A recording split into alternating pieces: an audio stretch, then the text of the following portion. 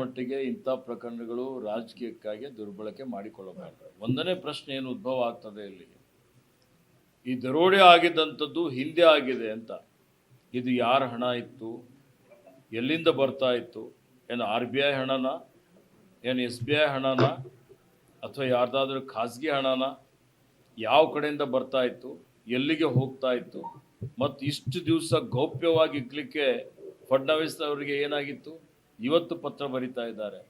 ಯಾಕೆಂದರೆ ಖಾಸಗಿಯಾಗಿ ಯಾವನೋ ಒಬ್ಬ ಹೋಗಿ ದೂರು ಕೊಟ್ಟಿದ್ದಾನೆ ಅಂತೇಳಿ ಹೇಳಿ ಕರ್ನಾಟಕ ಸರ್ಕಾರಕ್ಕೆ ಅವರು ಪತ್ರವನ್ನು ಬರೆದಿದ್ದಾರೆ.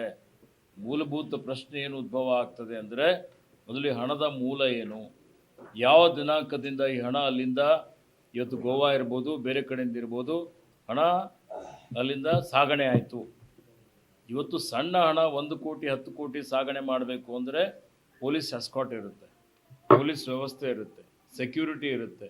ಪೊಲೀಸ್ ಸೆಕ್ಯೂರಿಟಿ ವ್ಯವಸ್ಥೆ ಯಾಕೆ ಮಾಡಿಲ್ಲ ಸಂಬಂಧಪಟ್ಟಂಥವ್ರು? ಆಯ್ತು, ಕರ್ನಾಟಕ ರಾಜ್ಯದಿಂದ ಹಣದ ಕಂಟೈನರ್ ಹೋಗ್ತಾ ಇದೆ ಅಂತ ಹೇಳಿದರೆ ಇದು ಕರ್ನಾಟಕ ರಾಜ್ಯಕ್ಕೆ ಅವ್ರು ಮಾಹಿತಿ ಕೊಟ್ಟಿದ್ರಾ? ಅಥವಾ ಹಣ ಕಳುವಾಯಿತು, ಕಂಟೈನರ್ ಹೈಜಾಕ್ ಆಯಿತು ಅಂತ ಹೇಳಿದರೆ ಹೈಜಾಕ್ ಆದ ತಕ್ಷಣ FIR ದರ್ಜ್ ಆಗಿದೆಯಾ?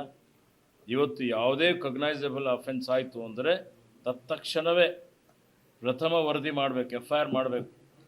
ಇಷ್ಟು ದೊಡ್ಡ ಪ್ರಮಾಣದ ಒಂದು ವೇಳೆ ಹಣ ಇವತ್ತು ಹೈಜಾಕ್ ಆಗಿದೆ, ಚೋರಿ ಆಗಿದೆ, ಡಕಾಯಿತಿ ಆಗಿದೆ ಅಂದರೆ FIR ಎಲ್ಲಾಯಿತು, ಯಾವ ಸಮಯದಲ್ಲಿ ಆಗಿದೆ?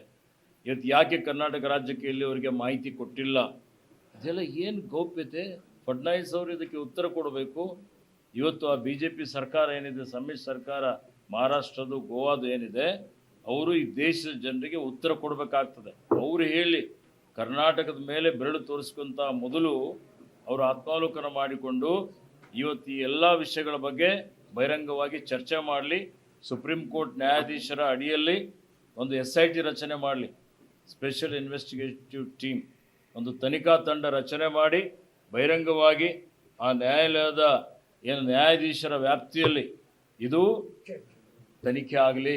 ತನಿಖಾ ವರದಿಯಲ್ಲಿ ಯಾರ್ಯಾರಿದ್ದಾರೆ, ಎಷ್ಟೆಷ್ಟು ದೊಡ್ಡ ದೊಡ್ಡ ಜನ ಇದ್ದಾರೆ, ಯಾರು ಹಗರಣ ಇದೆ, ಯಾರು ಚೋರಿ ಮಾಡಿದ್ದಾರೆ, ಆ ಹಣ ಎಲ್ಲಿದೆ ಈಗ, ಅದೆಲ್ಲವೂ ಬಹಿರಂಗ ಆಗಲಿ.